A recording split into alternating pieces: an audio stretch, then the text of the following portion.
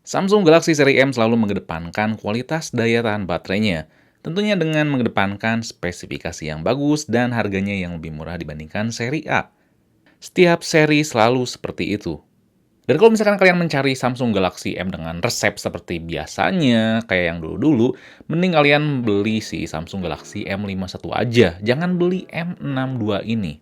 Oke, di sini Fadil langsung aja kita review lebih lanjut M62.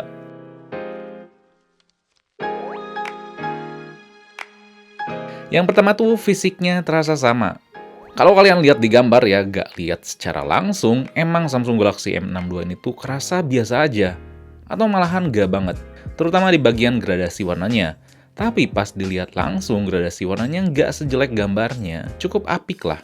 Yang saya sayangin di bagian fisik itu, si garis-garisnya ini cuma motif doang.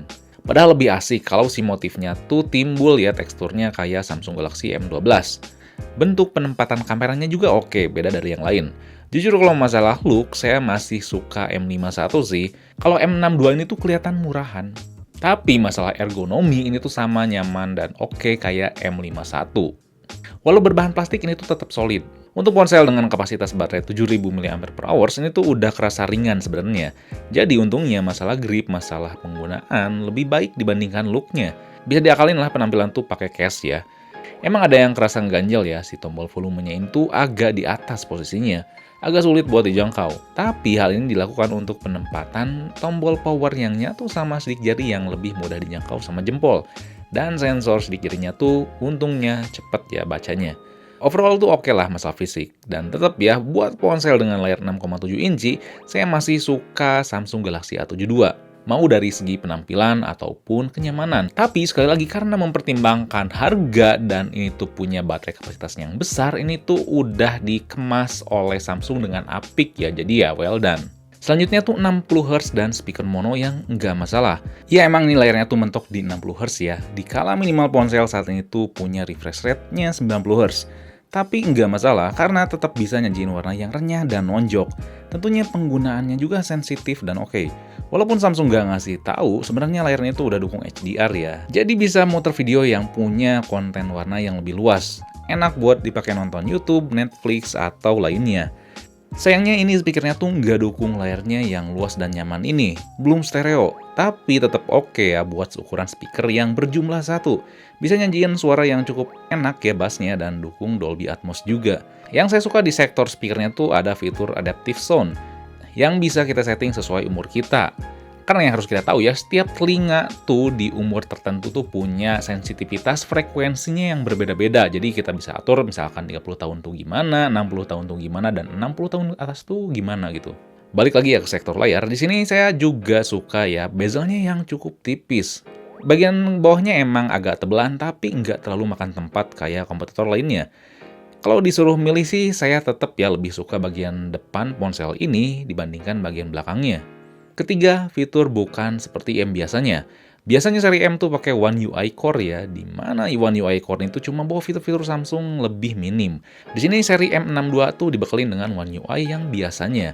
Jadi kalian bisa menikmati secure folder di M62 ini. Tentunya juga ada Bixby. Tapi saya nggak pakai sih, masih tetap lebih suka Google Assistant. Jadi ya saya matiin fitur Bixby biar si performa dan baterainya juga lebih oke. Terus ada sidebar, screen recording, berbagai fitur di screenshot, gestur-gestur tentunya tuh ada ya.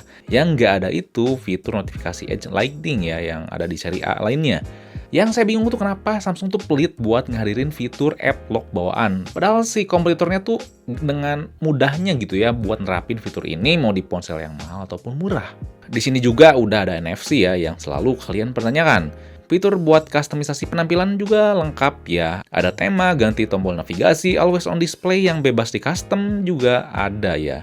Di M62 ini tenang aja ya, bakal tetap dikasih update security patch Android sampai 4 tahun kayak seri A. Buat bedain sama seri A ya tentunya ini tuh update Androidnya cuma 2 kali aja ya, enggak 3 kali. Selanjutnya tuh performanya yang lebih. Walaupun pakai Exynos 9825 yang merupakan chipset berumur hampir 2 tahun, performanya tuh masih bagus. Bisa dikatakan lebih bagus dibandingkan M51 dengan 730G. Kalau kalian penggunaan kesehariannya tuh biasa-biasa aja ya, kayak misalkan buka beberapa aplikasi yang dikit, pindah ke sana dan ke sini, tentunya tuh nggak akan kerasa perbedaannya dibandingkan M51.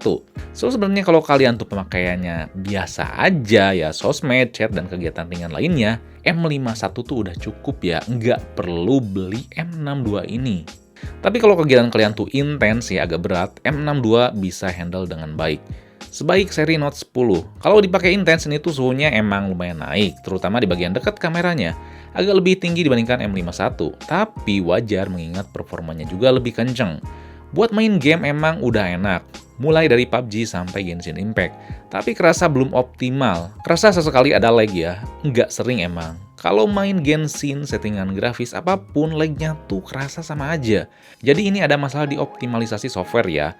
Ingat ya, performa ponsel tuh bukan semata-mata ya spesifikasi hardware doang, tapi integritas antara si software dan hardware-nya juga, itu yang penting. Emang di ponselnya udah kerasa baik, nggak ada komplain masalah performa yang besar gitu.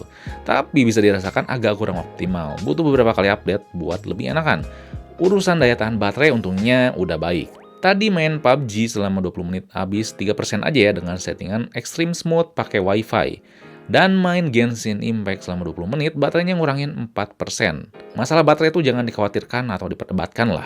Yang harus sabar ya di masalah pengisian dayanya aja. Dari 6% ke 98% makan waktu kurang lebih 2,5 jam.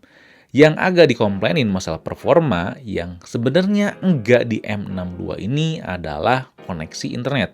Nggak tahu kenapa ya seri mid-end Samsung semenjak seri J dilebur cuma nyajiin seri A dan M, internetnya tuh kerasa kurang cepat dan kuat aja. Emang di seri M62 ini atau A72, A52 atau ponsel seri M dan A yang terbaru itu tuh kekuatan internetnya udah lebih cepat ya, udah lebih mendingan dibandingkan seri yang sebelum-sebelumnya. Tapi tetap kerasa kurang optimal aja dibandingkan ya waktu dulu ada seri J gitu. Jadi ini tuh PR besar banget ya buat Samsung, biar gak kayak gini lagi gitu. Apalagi nanti kalau misalkan si ponsel mid-end-nya tuh semua udah pakai Wi-Fi 6, terus si koneksi SIM card-nya juga udah dukung 5G. Masih jadi pertanyaan sih kenapa ya koneksi internet mau data atau Wi-Fi itu kayak gini ya di seri mid-end Samsung sekarang. Yang selanjutnya, terakhir tuh kamera yang kerasa ningkat. Seri M tuh biasanya nggak terlalu ngejar kamera ya, tapi berbeda di seri M62 kali ini. Kalian bisa lihat hasilnya. Emang warnanya tuh nggak natural, tapi saya suka dengan komposisi warna yang dikasih. Nggak lebay dan nggak pucat ya menurut mata saya. Detailnya cukup bagus, dynamic range-nya juga cukup luas, kontrasnya nggak berlebihan juga.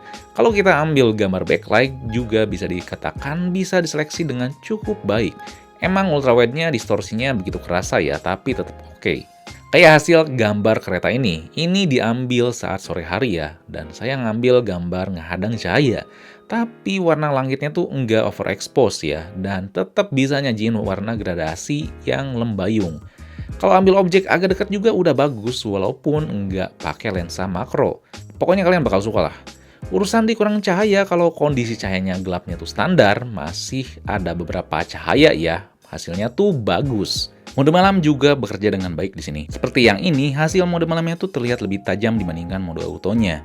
Tapi kalau low light-nya tuh ekstrim ya, atau dalam artian sumber cahayanya tuh minim banget, ini nggak konsisten. Kalau kita pakai mode malam, terkadang mode malamnya tuh malah jadi lebih gelap dibandingkan mode auto. Jadi terkadang saya harus ngambil mode malamnya tuh 2 kali biar lebih terang dibandingkan mode autonya. Jadi ya kerasa butuh banget update lah biar ya bugnya ini tuh ke fix ya. Dengan hal itu masih kelihatan bahwa ya urusan kamera tuh masih ditahan banget biar gak ngelebihin A72 atau malah A52. Untuk selfie-nya walaupun nggak dikasih embel-embel ponsel selfie, bisa bekerja dengan baik. Detailnya oke, bokehnya juga bagus. Yang saya suka kamera selfie-nya itu bisa menyeleksi dengan baik ketika kita ngambil gambarnya yang backlight. Hasil videonya juga saya suka ya, terutama di sektor perpindahan kamera. Kita bisa ngerekam 4K ya, tapi dengan leluasa bisa pindah antara lensa utama, ultrawide, dan selfie. Perpindahannya juga seamless. Walaupun saya pakai fitur mode stabil, kita masih bisa pindah-pindah lensa. Mode stabil ini cuma nyala di 1080p aja ya, nggak bisa pindah ke lensa ultrawide. Hasilnya juga cukup bagus, detailnya oke, dan HDR-nya cukup luas. Oke lah dipakai vlogging atau untuk hal lainnya. Walaupun Samsung nggak ngegembar-gemborin sektor kamera di ponsel ini, tapi kerasa ya hasil performanya tuh solid. Dan sekali lagi masih ditahan biar nggak lebih dari seri A. Bisa nyalain ultra stable cuman di stuck di 1080p ya. Dan tentunya kamera depan dan kamera belakang. seamless, mantap, cukup stabil. Oke, cuman ya kurang detail aja ya, karena ini lebih ngejar ke kestabilan gitu. Kalau misalkan ngejar ke detail, kalian bisa nyalain 1080 4K. Jadi Samsung Galaxy M62 ini adalah ponsel penghabisan stok yang cerdas dari Samsung. Pakai spare part sisa dari M51 dan Note 10 yang lama. Hal ini selain dilakukan untuk meminimalisir budget, juga dilakukan untuk mengakali kelangkaan chipset yang sedang terjadi di dunia karena masalah pandemi COVID-19. Tapi walaupun kasarnya pakai stok sisa, ponsel itu bisa dikatakan solid, yang tetap dikemas dengan baik. M62 ini nggak kayak seri M sebelumnya, kerasa ada peningkatan di sektor performa dan kamera. Yang sebenarnya, kalau kalian concern masalah daya tahan baterai, performa yang cukup, dan budget yang lebih terjangkau, M51 itu lebih worth it. Udah lebih murah juga.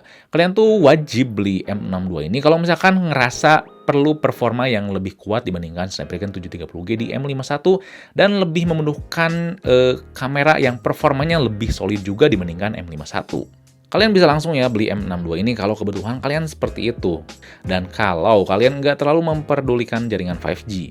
Saya rasa ini adalah seri M teratas terakhir dengan kemampuan jaringan 4G. Kayaknya, karena seharusnya di seri M selanjutnya harus udah dibekalin dengan chipset 5G. Kalau mengikuti tradisi sebelumnya sih, seri M selanjutnya itu bakal pakai chipset yang udah dipakai di Samsung Galaxy A52 5G sih. Kayaknya sekali lagi. Pokoknya seri M tuh pasti selalu pakai teknologi yang udah ada dipakai seri Samsung sebelumnya. Oke, jadi itu saja review Samsung Galaxy M62 kali ini. Kalau misalkan ada hal yang ingin tanyakan, kalian bisa tulis komen di bawah. Dan jangan lupa juga buat like, share, subscribe fix nih, lalu nyalain lonceng notifikasinya biar gak ketinggalan video, review, atau video lainnya. Oke, di sini Fadil, peace out.